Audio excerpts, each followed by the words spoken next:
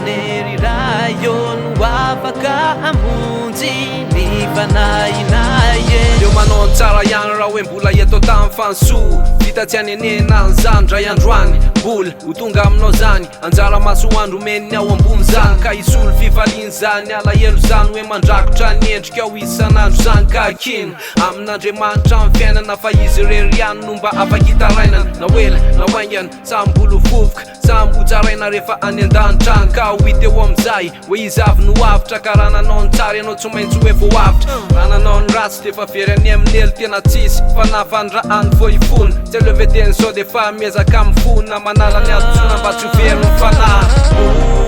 ola tsaraintsika rehetra rehefa tonga ilay andro sy ilay fotoana ilay ora tsara vesa ratsy no vitana ka paradisa sale lalana niraisana toepenana tsy tovo mbola adangen'ny fiainana fa zao no mba tsarovy akamatantsaina pitsy fa ianao amila miova fa akino amiray zay mba zavatra atao fizy no mandahatsa tsy afaka ny andidy anao mila miezaka mivavaka tsy mba manavakavaka am'izay ianao mba miavaka na tsisy neny vola de anao ny tonga lafatra ka mba raha ho am'izay tsy maharaka fa tsy tara raha izao vo hitrandraka ny fanjakany lanitra mbola meny foana eo le Andriamanitra ny anjaranao misaina de fivanangeny ilaina fa raha misy fahafatesana ny arenanao tsy ilaina paradisany andrandraina avo be zay mialamaina karaha zay le zava-misy de fa ho avy le fotoana tsy tonga apatahotra fa te hifampitoana ola tsaraintsika rehetra rehefa tonga ilay andro sy ilay fotoana ilay ora